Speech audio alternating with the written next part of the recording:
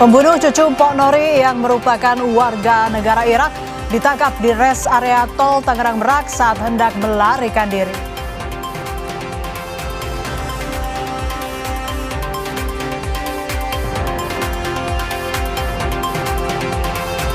Presiden Amerika Serikat Donald Trump mengancam akan menghancurkan Iran jika negara tersebut tidak segera membuka Selat Hormuz. Trump memberi waktu 48 jam pada Teheran.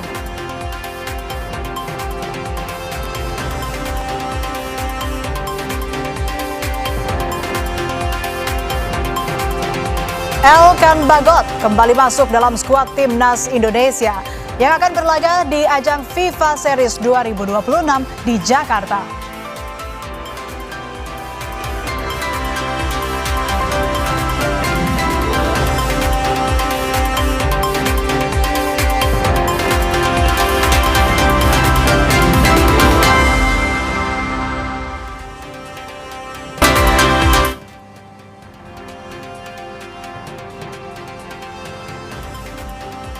Selamat malam saudara, selain 3 informasi utama tadi, Kompas Malam hadir dengan sejumlah informasi penting dan menarik lainnya. Bersama saya Asri Gunawan, kita jalan Kompas Malam selengkapnya. Kita ke informasi pertama saudara. 2 bangunan terbakar di Bengkulu, salah satunya merupakan rumah yang difungsikan untuk sekolah PAUD. Besarnya kobaran api membuat warga panik.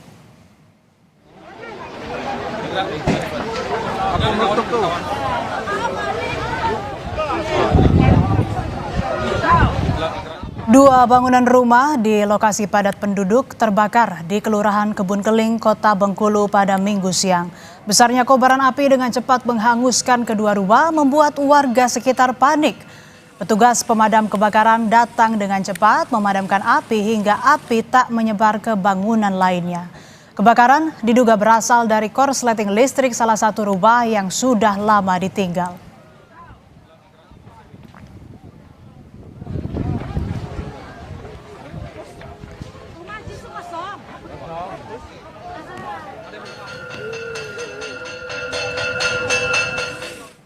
Pembunuh cucu Mpok Nori ditangkap polisi.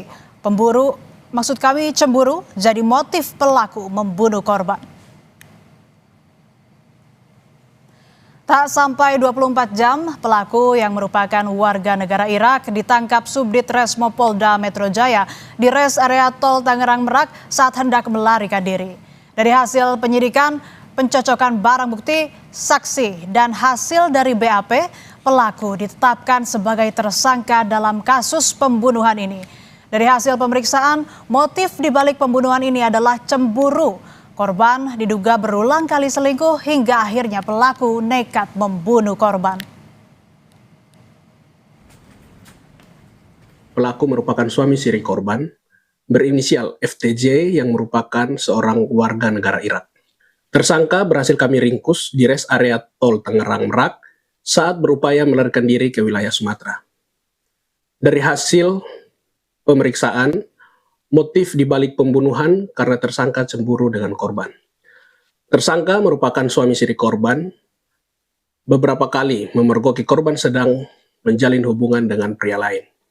Hingga akhirnya terjadi keributan dan perkelahian antara tersangka dan korban yang menyebabkan korban tewas dengan luka senjata tajam di bagian leher. Sebelumnya, cucu komedian almarhum Mpok Nori, Dwinta Anggari, yang berusia 37 tahun, ditemukan tewas di kamar indekos Cipayung, Jakarta Timur, Sabtu dini hari. Pihak keluarga baru mengetahui korban meninggal dunia saat keluarga hendak mengajaknya sholat Id. Polisi yang tiba di lokasi langsung melakukan olah TKP dan membawa jasad korban ke Rumah Sakit Polri Kerabat Jati.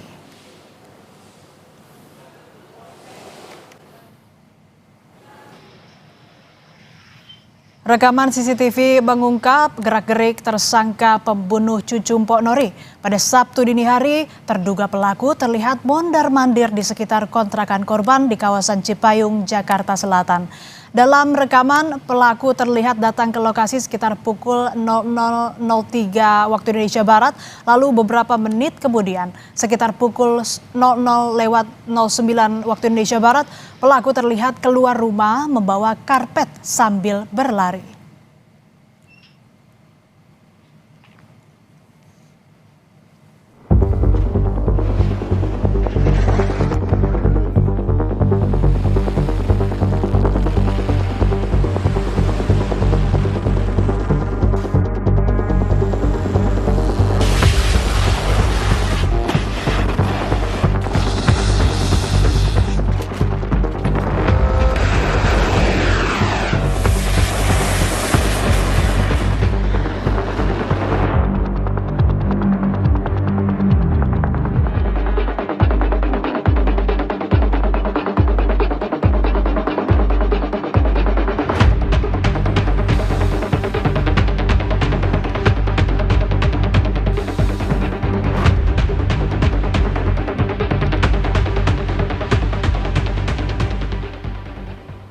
Korps Garda Revolusi Islam Iran meluncurkan gelombang serangan ke-73 dalam operasi True Promise 4 yang menargetkan beberapa kota di Israel.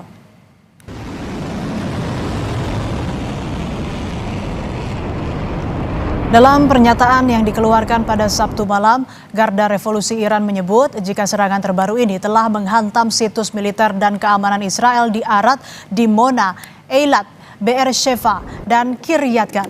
Selain situs militer Israel, gelombang serangan ke-73 ini juga menargetkan pangkalan-pangkalan milik Amerika Serikat di wilayah itu.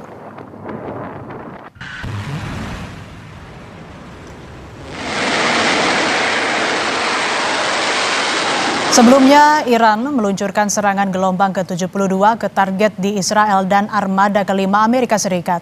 Juru bicara Markas Besar Pusat Hatam Al-Anbiya, Ibrahim Zulfakhari, menyebut pasukan Iran telah menyerang target di Israel dan armada kelima Amerika Serikat sebagai bagian dari gelombang ke-71 dan ke-72 Operasi Janji Sejati 4. Serangan menargetkan infrastruktur militer termasuk tangki bahan bakar dan lokasi penempatan pesawat pengisian bahan bakar di Bandara Ben Gurion, Tel Aviv, Israel. Serangan dilakukan menggunakan rudal Kader dan M4.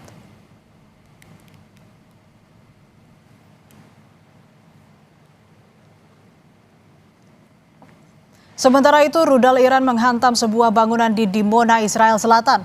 Setidaknya 23 orang terluka akibat pecahan rudal yang menghantam Dimona. Wow. Wow.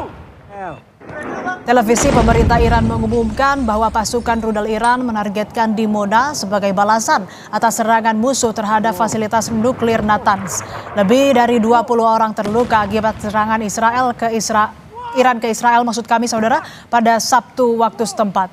Sebelumnya, ketegangan di Timur Tengah meningkat setelah operasi gabungan Amerika Serikat Israel terhadap target Iran dimulai pada 28 Februari di tengah pembicaraan diplomatik terkait program nuklir dan rudal Iran.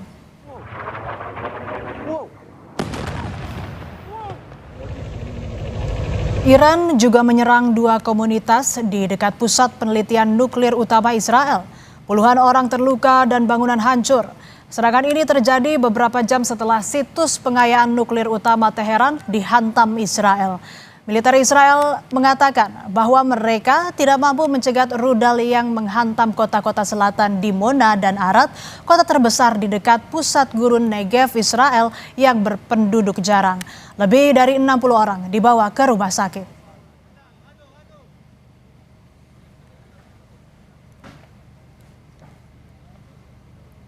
Presiden Amerika Serikat Donald Trump mengancam akan menghancurkan Iran jika negara tersebut tidak segera membuka Selat Hormuz.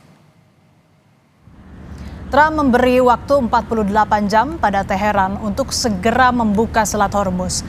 Trump mengancam akan menghancurkan pembangkit listrik di Iran. Ancaman ini dikeluarkan setelah Trump menyebut akan mengakhiri perang Iran. Dikutip dari akun media sosialnya, Trump menulis, jika Iran tidak membuka sepenuhnya tanpa ancaman Selat Hormuz dalam waktu 48 jam sejak saat ini, Amerika Serikat akan menyerang dan menghancurkan berbagai pembangkit listrik mereka, mulai dari yang terbesar terlebih dahulu.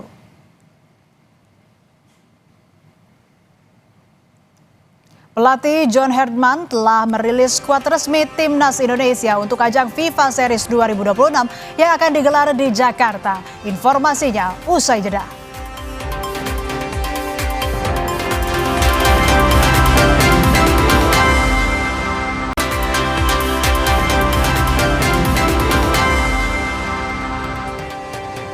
Indonesia akan berlaga di ajang FIFA Series 2026 yang akan digelar di Jakarta. Ajang ini akan menjadi debut bagi pelatih anyar skuad Garuda John Herdman. Herdman pun telah memilih 24 pemain untuk FIFA Series 2026.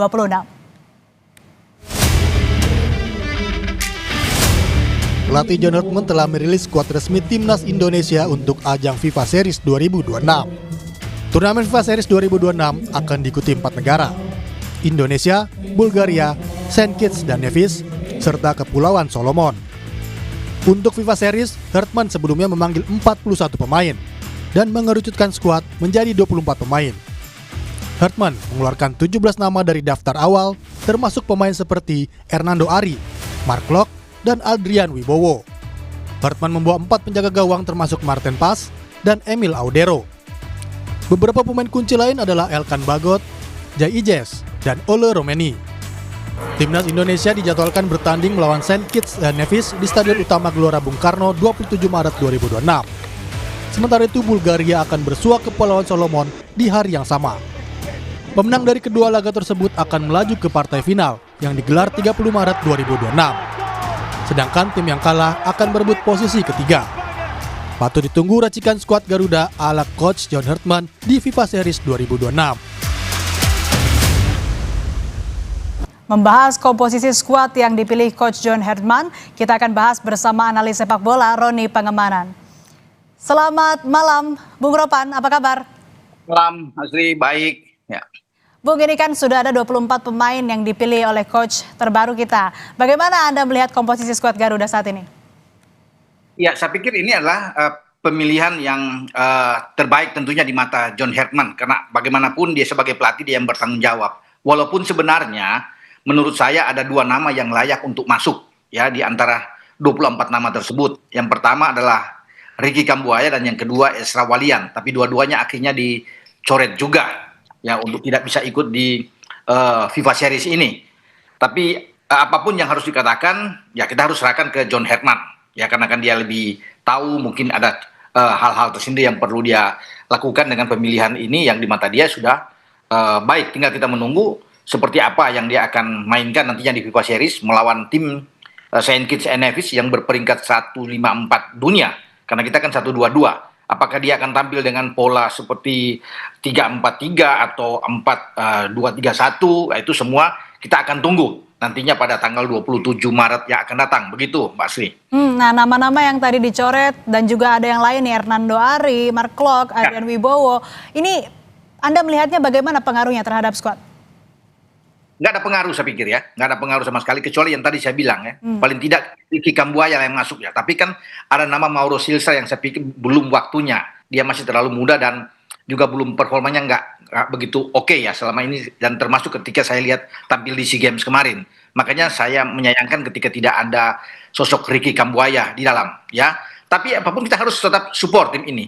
Ini sudah yang baik tentunya ada di depan karena tidak ada nama-nama lain yang perlu diragukan untuk komposisi ini, terutama di penjaga gawang walaupun ada 4 nama di sana, tapi itu kan 2 nama sudah pasti paten di sana ya, Martin Pas dan Emil Audero ya, di samping ada Nadeo dan juga Cahya, di belakang apalagi ini mewah, tim ini di belakang ya dengan dikomandoi oleh Jai Ises, di tengah ada Joe Pelupesi, ya, tidak ada masalah saya pikir Mbak Asri, di depan masih ada Ole Romeni walaupun pemain ini tidak bermain dalam 4 pertandingan terakhir di Championship ya, kasta kedua di Inggris ya bersama dengan Oxford. Tapi tetap dikabarkan dia siap untuk bermain dengan timnas karena memang kita butuh pemain seperti Ole di depan. Dialah satu-satunya pemain yang kita harapkan untuk bermain dengan maksimal di lini serang kita. Walaupun kita masih punya pemain lain ya seperti Silsa yang saya bilang tadi dan Ramadan Sananta yang ada di depan begitu.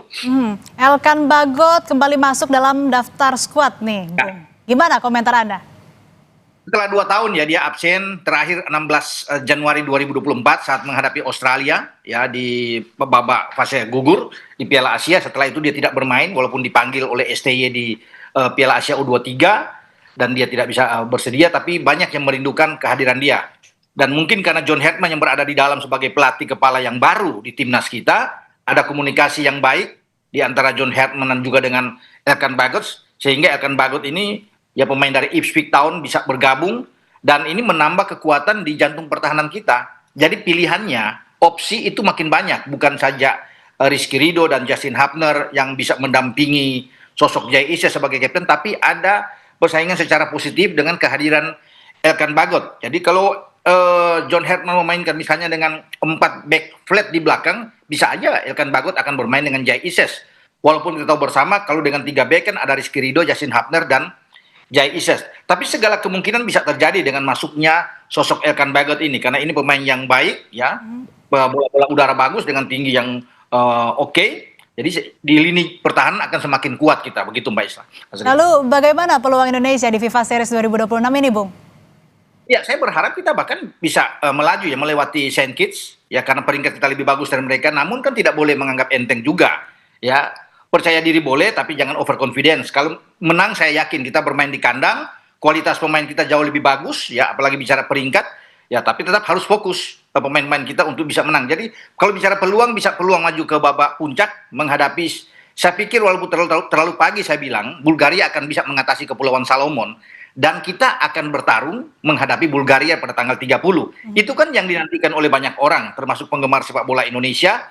Kalau kita bisa menjadi juara, ini gelar pertama yang dicapai oleh seorang coach seperti John Herdman di tahun yang baru, begitu. Baik, harapannya sangat besar kepada timnas Indonesia untuk nanti berlaga di FIFA Series 2026. Kita dukung terus. Terima kasih banyak untuk waktunya, Bung Ropan. Sehat selalu. Ya, makasih. Saudara, libur Lebaran, kepadatan lalu lintas terpantau di jalur arteri selatan Tasikmalaya menuju Ciamis. Selengkapnya, usai jeda di Kompas Malam.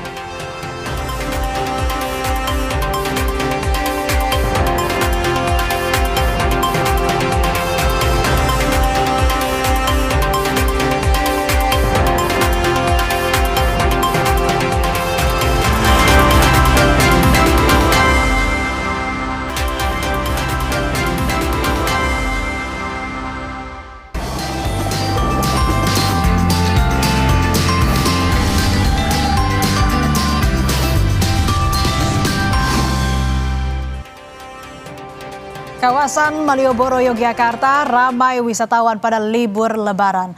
Jam bebas kendaraan ditiadakan untuk mengantisipasi kemacetan. Wisatawan memadati pedestrian Malioboro untuk menikmati suasana malam.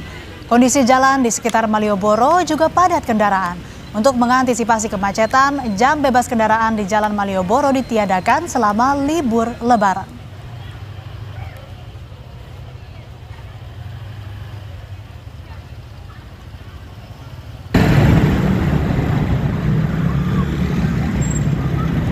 Kepadatan lalu lintas juga terpantau di kawasan wisata Dago, Jawa Barat. Antrean kendaraan sepanjang kurang lebih 1 km dari Jalan Haji Juanda menuju Dago, Bengkok. Kendaraan yang melintas didominasi wisatawan dari luar Bandung yang ingin menikmati suasana malam dengan pemandangan lampu kota Bandung.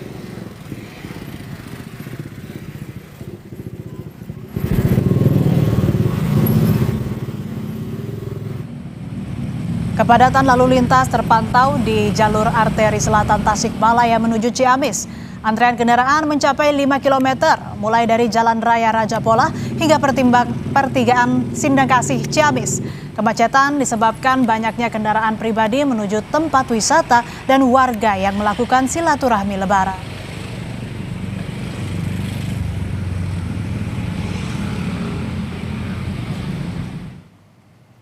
Sementara itu, di hari kedua Lebaran, Pelabuhan Bakauheni Lampung ramai lancar. Belum terjadi kepadatan pemudik di kantong-kantong parkir pelabuhan, sehingga kendaraan bisa langsung mengantre masuk kapal.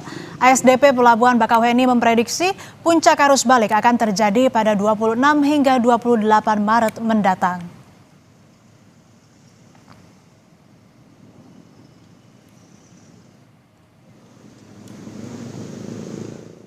Informasi terkait arus lalu lintas di jalur Gentong Tasikmalaya akan disampaikan jurnalis Kompas TV Benediktus Aditya dan juru kamera Yanuar Ruslim. Kemudian di Pelabuhan Bakauheni juga ada jurnalis Kompas TV Zevanya Situmeang dan juru kamera Adini Anissa. Kita akan ke Gentong Tasikmalaya terlebih dahulu. Ben, bagaimana kondisi dan situasi lalu lintas di Gentong sekarang? Ya, Astri, kalau bisa saya kabarkan kepada Anda untuk situasi ataupun kondisi arus lalu lintas di wilayah Gentong, Tasikmalaya pada malam hari ini memang cukup terjadi kepadatan kendaraan yang melintas terutama dari arah barat gitu ya, dari Bandung menuju ke arah Tasikmalaya ataupun Ciamis. Di mana tadi kalau kami pantau sejak pukul 15.00 waktu Indonesia Barat, kepadatan terjadi sejauh 5 km mulai dari Jalan Raya Raja Polah hingga ke daerah pertigaan Sindang Kasih, Ciamis. Nah, memang untuk jalur gentong sendiri ini merupakan salah satu jalur utama yang dilalui para pengendara ataupun para pemudik yang masih melakukan perjalanan begitu ya di hari kedua Lebaran ini, karena memang untuk hari kedua ini juga masih ada masyarakat yang melakukan perjalanan ke tempat-tempat wisata ataupun melakukan kunjungan ke rumah-rumah sanak saudara yang berada di wilayah Tasikmalaya, kemudian juga Ciamis dan sekitarnya. Nah, selain memang kendaraan yang mengalami kepadatan dari arah barat menuju ke timur, ini juga kepadatan terjadi dari arah timur menuju ke arah barat, yakni dari arah Tasikmalaya menuju ke arah Limbangan, karena memang untuk di jalur gentong sendiri ini juga banyak pertigaan yang harus diwaspadai oleh para pengendara, di mana ada titik-titik rawan kepadatan, di antaranya memang di pertigaan Kujang dan juga Cikoneng yang harus diperhatikan oleh para pengendara yang melintas dari kedua arah tersebut.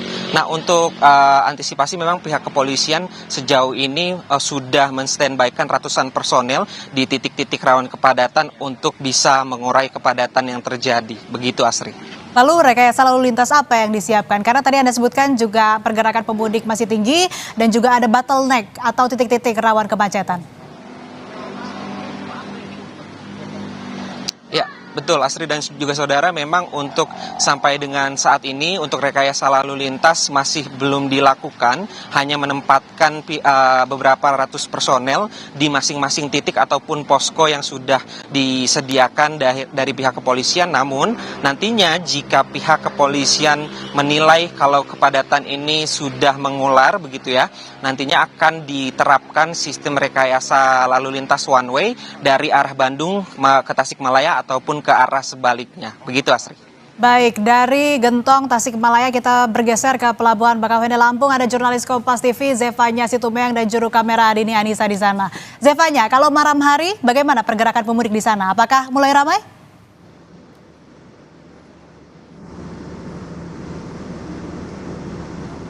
Ya, kalau kami lihat dibandingkan dengan sore hari tadi, memang untuk di malam hari untuk antrean kendaraan yang berada di kantung parkir dermaga eksekutif Pelabuhan Bakauheni ini lebih ramai, Asri, tapi memang terlihat masih kondusif begitu ya. Kalau tadi kami lihat di malam hari ada sebanyak 4 saf atau 4 mobil yang berbaris, 4 banjar begitu ya, kendaraan roda 4 ini berbaris ke belakang yang hendak masuk ke dalam kapal. Karena kalau melihat memang ini masih momen-momennya Hari Raya Lebaran begitu, jadi rata-rata masyarakat atau pemudik ini masih berkumpul bersama keluarga untuk merayakan Hari Raya Lebaran, sehingga situasinya masih nampak lengang, Asri, karena kalau dari informasi yang kami terima dari petugas tempat juga polisi yang berjaga begitu, biasanya dikatakan apabila memang keramaian sudah terjadi di Pelabuhan Bakauheni ini, kepadatan arus kendaraan ini sudah mulai terlihat dari jalur arteri di depan pintu masuk Pelabuhan Bakauheni Lampung ini. Tapi kami lihat tadi masih nampak lengang di jalur arteri juga, dan melihat kantung parkir juga masih banyak yang kosong. Sementara itu, kalau tadi kami melihat data yang kami terima dari PT ASDP Cabang Pelabuhan Bakauheni, untuk hari ini ada sebanyak 59 trip perjalanan penyeberangan dari Pulau Sumatera ke Pulau Jawa begitu, yang artinya tadi dari data juga ada sebanyak 16.000 orang ini kurang lebih sudah menyeberang ke Pulau Jawa. Sementara itu untuk kendaraan, Asri, ini memang dari data yang kami lihat juga hari ini ada sebanyak 3.900 unit kendaraan kurang lebih yang menyeberang ke Pulau Jawa, yang dimana ini rata-rata didominasi oleh kendaraan roda 4 dan juga bus. Kalau hari ini masih nampak lengang, tapi dari PT ASDP ini sudah memprediksi, Asri, bahwa puncak arus balik Lebaran ini akan terjadi tanggal 26 hingga 28 Maret, sehingga sejumlah antisipasi ini sudah dipersiapkan. Seperti misalnya sistem single tarif ticketing. Ini kalau kita lihat di puncak arus mudik kemarin ini cukup efektif diberlakukan untuk mengurai kepadatan yang ada. Tapi kalau dari Pelabuhan Bakauheni sendiri, ini sifatnya situasional nanti. Jadi melihat apakah nanti menjelang puncak arus balik sudah terlihat adanya keramaian atau kepadatan di Pelabuhan Bakauheni, dan apabila memang diperlukan, sistem single tarif ticketing ini akan diberlakukan. Lalu yang kedua ini adalah sistem atau skema TBB, tiba bongkar berangkat. Jadi ketika kapal datang sudah bersandar di Pelabuhan Bakauheni, ini kemudian akan segera melakukan bongkar muat yang dioptimalisasi waktunya. Kurang lebih kalau kami sempat bertanya ke petugas, ini kurang lebih selama 45 menit diberi waktu untuk melakukan proses roll on dan juga roll off kendaraan. Dan ketika semua kendaraan ini sudah masuk ke dalam kapal, ini kapal harus langsung berangkat menyeberang ke Pulau Jawa. Sementara dua antisipasi itu yang telah dipersiapkan kalau dari ASDP cabang Pelabuhan Bakauheni, Asri, dan juga tentu faktor lain yang mendukung ini adalah terkait cuaca. Sejauh ini cuaca memang masih cerah, Asri, kita lihat sejak dari arus mudik kemarin hingga arus balik, sehingga ini yang tentu kita nantikan puncak arus balik nanti semoga cuaca terus cerah supaya perjalanan semakin nyaman. Asri. Baik, terima kasih laporan lengkap Anda jurnalis Kompas TV Zevanya Situmeang dan juru kamera Adini Ainisa dari Pelabuhan Bakauheni Lampung. Dan sebelumnya sudah ada jurnalis Kompas TV Benediktus Aditya dan juru kamera Yanuar Ruslim di Gentong Tasikmalaya. Sehat selalu, jaga kesehatan, jaga keselamatan dalam bertugas rekan-rekan.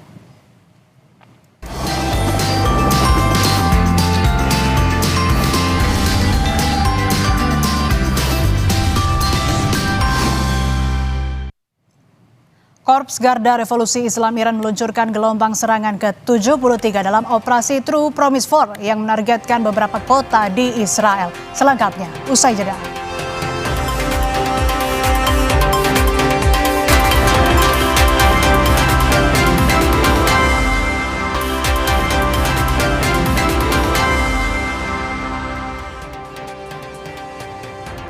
Korps Garda Revolusi Islam Iran meluncurkan gelombang serangan ke-73 dalam operasi True Promise 4 yang menargetkan beberapa kota di Israel. Pernyataan yang dikeluarkan pada Sabtu malam, Garda Revolusi Iran menyebut jika serangan terbaru ini telah menghantam situs militer dan keamanan Israel di Arad, Dimona, Eilat, Beersheva, dan Kiryat Gat. Selain situs militer Israel, gelombang serangan ke-73 ini juga menargetkan pangkalan-pangkalan milik Amerika Serikat di wilayah itu.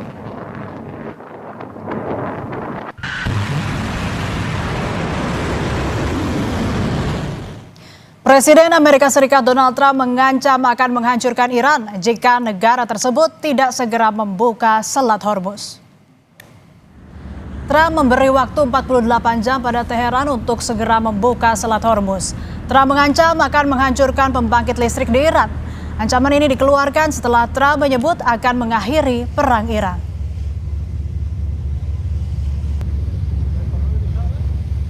Dikutip dari akun media sosialnya, Trump menulis, jika Iran tidak membuka sepenuhnya tanpa ancaman Selat Hormuz dalam waktu 48 jam sejak saat ini, Amerika Serikat akan menyerang dan menghancurkan berbagai pembangkit listrik mereka, mulai dari yang terbesar terlebih dahulu.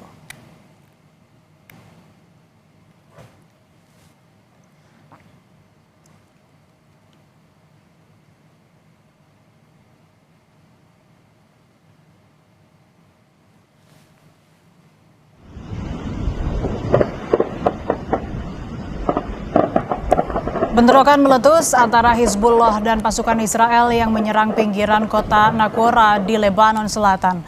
Bentrokan terjadi saat Hizbullah melakukan perlawanan pada serangan Israel.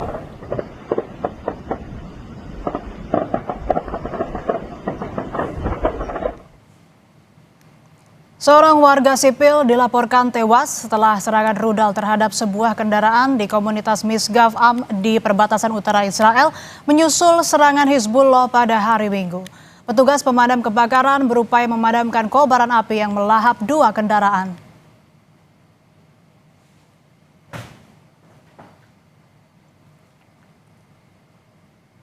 Demikian Kompas Malam hari ini. Saya Asri Gunawan. Tetap saksikan Kompas TV Independen, terpercaya. Terima kasih. Sampai jumpa.